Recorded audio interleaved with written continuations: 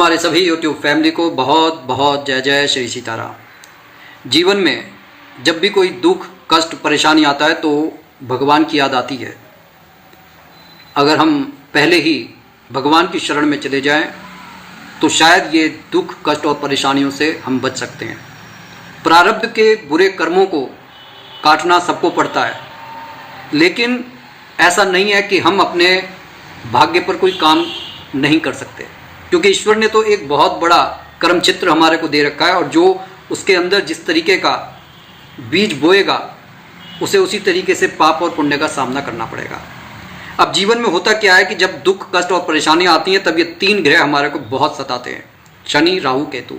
कारण सीधा सा है कि जब इनकी कुदृष्टि पड़ती है तो हमारे जीवन की गाड़ी अटक जाती है। उस जीवन की गाड़ी के अटकने का सीधा सा मतलब है कि आप अपने हिसाब से जब कमा नहीं सकते तो आप अपने हिसाब से खर्च नहीं कर सकते। जब आप अपने हिसाब से खर्च करने के लिए जब आप बाध्य हैं कि आपके पास खर्च करने के लिए कुछ है ही नहीं और दूसरों के रहमो करम पर आप अगर जीवित हैं तो आप ये समझ लीजिए कि आपकी गाड़ी अटकी हुई है।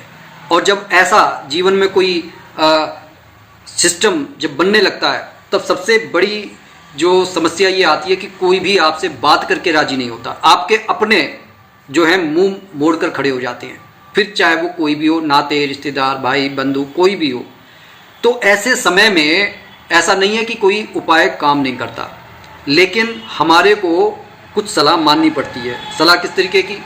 जैसे कि अगर हमारे जीवन में बहुत सारी समस्याएं आ रही हैं तो कई बार आपने देखा होगा कि लोग कहते हैं कि भाई जाकर प्रेमानंद जी महाराज जी के दर्शन कर लो। मतलब मेरा कहने का ये है कि भाई किसी भी पहुँचे हुए साधु संत के आप दर्शन कर लो। दर्शन करने का भी एक अलग पुण्य होता है। या क्यों? क्योंकि भाई कोई कहता है कि भाई वहाँ पर आप जाओगे कोई भभूत दे देगा, कोई ताबीज़ दे देगा, तो इससे हमारे जीवन की परेशानियाँ दूर होंगी। और अगर कितना अच्छा रहे कि हम घर में बैठे अपने परेशानियों को दूर करने के लिए अगर कोई उपाय कर लें, क्योंकि देखिए उपाय आपको खुद ही करना पड़ेगा, क्योंकि भाग्य आपका खराब है और उस खराब भाग्य को, उस दुर्भाग्य को सौभाग्य में बदलने के लिए शास्त्रों में बहुत कुछ कहा गया है। जब प्रभु श्री राम भी जब वनवास में जब सीता माता को चुरा लिया गया तब उन्होंने भी वग्दालभ्य ऋषि के कहने पर जो है विजया एकादशी का व्रत किया। यही नहीं, उन्होंने शिव जी की पूजा की, उन्होंने दुर्गे माता को प्रसन्न किया। तो ये सब जो उदाहरण मैं दे रहा हूँ इसका सीधा सा मतलब है कि जब भगवान को भी इस मानव जीवन में उपाय करने पड़ते हैं, लोगों की सलाह माननी पड़ती है, तो हमारे को कम से कम उनकी मिसाल बनाकर अपने जीवन में आगे बढ़ने की कोशिश करनी चाहिए।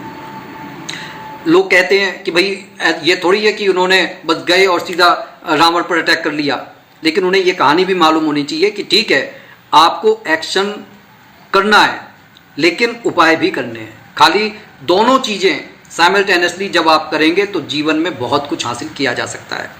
अब शनि, राहु और केतु को आखिर ठीक किस तरीके से किया जाए, क्योंकि जीवन में सबसे ज़्यादा परेशानियां भी यही ग्रह देंगे। और अगर ये ग्रह सही हो गए तब आप ये भी मानिए कि आपको जमीन से आसमान तक उठाने की क्षमता भी इन ग्रहों में है। अगर राहु बिगड़ गए, क्योंकि देखिए शनि तो न्यायाधीश हैं, अब जो न्यायाधीश हैं तो न्यायाधीश की बात को राहु मानेंगे, वो आपके जीवन की गाड़ी को रोक देंगे, अच्छी नौकरी नहीं देंगे, ठीक है, शादी ब्याह के रिश्तों में परेशानी करेंगे, आपके सम्मान, पद, प्रतिष्ठा में कमी लेकर आ जाएंगे।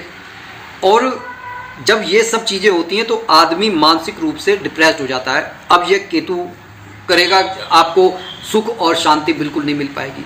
लेकिन अगर केतु ठीक हैं तो आपकी बुद्धि सही काम करेगी और जो आपके जीवन में एक शांति, एक रिलैक्स आएगा।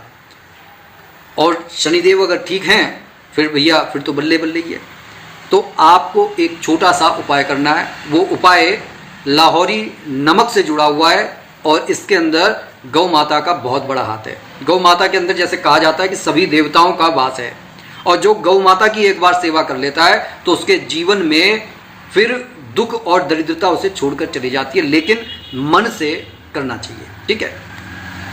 अब ये लाहौरी नमक थोड़ा लाल होता है, जब आप इसे पीस लेते हैं तो ये वाइट सा होता है और इसके अंदर बहुत सारे खनिज लवण होते हैं जो हमारे शरीर के लिए भी आवश्यक हैं, जो गौ माता के लिए, पशु पंछियों के लिए भी आवश्यक होते हैं। अपने आप को स्वस्थ रखने के लिए लोग कहते हैं कि भैया शेर घास नहीं खाता, लेकिन शेर, कुत्ता, बिल्ली ये सब भी घास खाते हैं, इनका भोजन नहीं है। लेकिन अपने आप को स्वस्थ रखना किस तरीके से रखना चाहिए ये इन्हें मालूम है। आदमी तो भैया सर्वभक्षी है, उसे तो बस स्वाद लग जाए तो वो कुछ भी खा सकता है, चाहे फिर उसका डाइजेशन वगैरह वो ठीक हो चाहे ना हो। लेकिन इन पशु पक्षियों को मालूम है कि किस तरीके से जीवन जिया जाता है, किस तरीके से अपने शरीर को स्वस्थ रखा जाता है। खैर ये एक अलग बात है।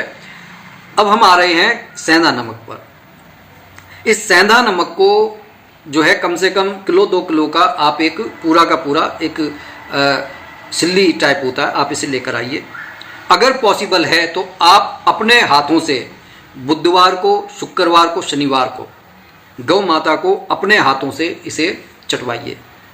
जब वह इन्हें चाटेंगी, जो किसान भाई हैं वह अपने घरों में रखते हैं गाय को और भी पशुओं को, भैंस वगैरह को ये चटवाते हैं ताकि उनका डाइजेशन ठीक रहे।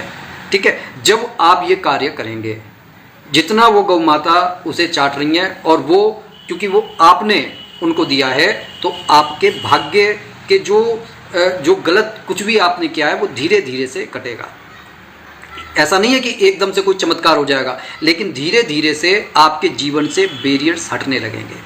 क्योंकि गौ माता क्योंकि गौ माता को माता सिर्फ इसलिए कहा गया है कि वह कभी किसी का बुरा नहीं करती है, और जब हम उनकी सेवा करते हैं तो हमारा पुण्य भाव बढ़ता है, और जब पुण्य बढ़ता है तो ऑटोमेटिक पाप का मीटर डाउन होगा, पुण्य का बढ़ेगा। बस इसके साथ में हमारे को एक चीज़ और ध्यान रखनी है कि बार बार मैं ये बात कहूँगा कि जीवन में कभी किसी का अहित मत सोचिए, जीवन में कभी नकारात्मक मत सोचिए। ये जो हमारे जो विचार हैं, ये ऊर्जा के पिंड हैं, ये आपके व्यक्तित्व का निर्माण कर रहे हैं। यही आपके अंदर रोग, शोक, दुख, दरिद्रता के कारण बने हुए हैं। आप जितना सकारात्मक होकर सोचेंगे, कुछ गलत भी हो रहा है तो उसके लिए भी आप ये कहिए इसके पीछे भी कोई अच्छाई होगी। आप देखिएगा ऐसा सोचने भर से आपके जीवन में बहुत कुछ सकारात्मकता आने लगेगी। तो ये अगर आप जो नमक है, नमक की सिल्ली है, अगर आप इसे मतलब कोई गाय आपको नहीं मिलती है तो जो गौशालाएं हैं वहाँ पर आप जाकर दान कर सकते हैं। जहाँ पर वो गौ माता अपना चारा खाती हैं वहाँ पर आप रख दिए, जब उनको ज़रूरत होगी तब वह उन्हें चाटेंगी, और जितना वो चाटेंगी उतना आपको लाभ होगा। और संभव हो तो आप जाकर गौ माता को ये अपने हाथों से चटवा सकते हैं। अपने घर के बाहर अगर कोई गौ जा रही हैं आप रख सकते हैं, रोटी रख दी, वो रोटी भी खा लेंगी, उसे भी चाट लेंगी, तो आपको एक पंथ दो काज हो जाएंगे। अब सबसे जो जरूरी बात है कि जीवन में जैसे ही आप पुण्य करते हैं तो सबसे बड़ा जो लाभ हमारे जीवन में होता है, कहीं ना कहीं से पैसे की जो आवक है वह खुल जाती है। इसलिए इस उपाय को आप कभी भी कर सकते हैं। खासकर जो मैंने दिन बता दिए हैं, बुधवार, शुक्रवार और शनिवार को आप ये उपाय कीजिए। आपको शनि, राहु और केतु के जो दुष्प्रभाव हैं उनसे मुक्ति मिलेगी, और साथ में गौ माता के अंदर जितने भी देवी देवता वास करते हैं उन सबका आपको आशीर्वाद मिलेगा। तो आप प्रयत्न कीजिए कि इस उपाय को अपने जीवन का एक लक्ष्य बना लीजिए। जब आपके जीवन में सब कुछ सही भी चल रहा हो ना, उस समय भी आपको ये उपाय नहीं छोड़ना है, और हमेशा आप प्रयास कीजिए कि आप दूसरों के लिए लाभदायक बनिए। क्योंकि जिस दिन आपका कोई ज़रूरत नहीं रहेगी तो वो कहते हैं ना कि जीवन में से दूसरे लोग तभी तक आपके साथ हैं जब तक आपकी उपयोगिता है, जब तक आप उपयोगी नजर आ रहे हैं। अदरवाइज आपको दूध में से मक्खी की तरह निकाल दिया जाएगा। ये इस जीवन का कटु सत्य है। मानिए सही है, ना मानिए तो वक्त सब सिखा देता है, वक्त सबके चेहरों से नकाब हटा देता है। इस संसार में अगर आप उपयोगी बनकर रहेंगे तो सब आपके हैं, अदरवाइज कोई आपका नहीं है। और सीधी सी बात यह है कि इस संसार में जितना आप पुण्य कमा लेंगे वो जो आपके साथ में जाएगा सिर्फ वही जाएगा। इस संसार में कमाया हुआ धन आपके साथ नहीं जाएगा, उसको दूसरे ही लोग उपभोग करेंगे।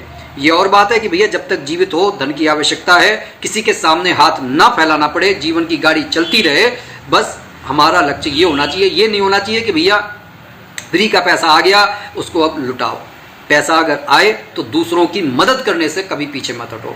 और ये गौ माता जो बेजुबान जानवर हैं, इनकी तो आप अवश्य मदद कीजिए, इनकी दुआएं बहुत लगती हैं। कोई दुखी भिखारी आपको मिल जाता है, उसकी मदद कीजिए। कोई साधु संत है, वह आपके दरवाजे से भूखा ना जाए, इस तरीके की आपको व्यवस्था करनी पड़ेगी। अगर आप 4 रोटी खाते हैं, तो अगर साधु को देकर आप 2 रोटी खाकर तृप्त हो जाते हैं, तो देखिए आपको इसका भी बहुत पुण्य मिलेगा। इसी के साथ मैं अपनी वाणी को यहीं पर विराम दे रहा हूँ, और यकीन मानिए आपके जीवन में बहुत बड़ा बदलाव होगा। बोलिए जय जय श्री सीताराम।